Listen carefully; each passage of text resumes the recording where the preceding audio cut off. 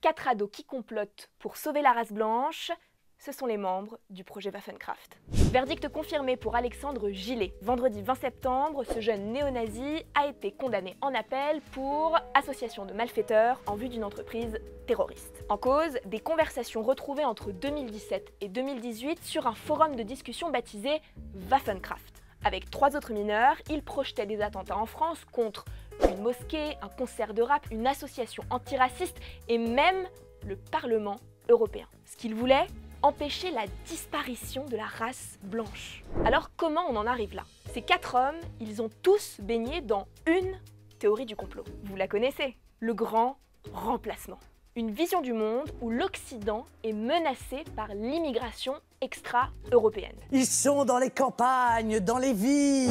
Explication. Tout en haut, il y a les élites, très souvent les juifs, qui organiseraient l'immigration de masse pour régner, diviser, soumettre les peuples.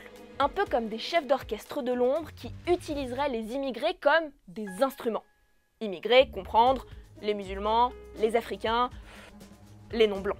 Alors, qui répand ce schéma de pensée? Il suffit d'écouter le procès.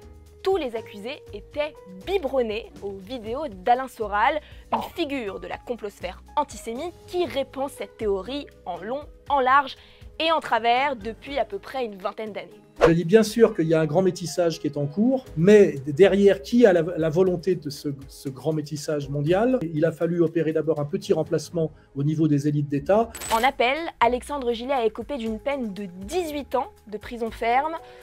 C'est peut-être l'occasion de changer ses sources.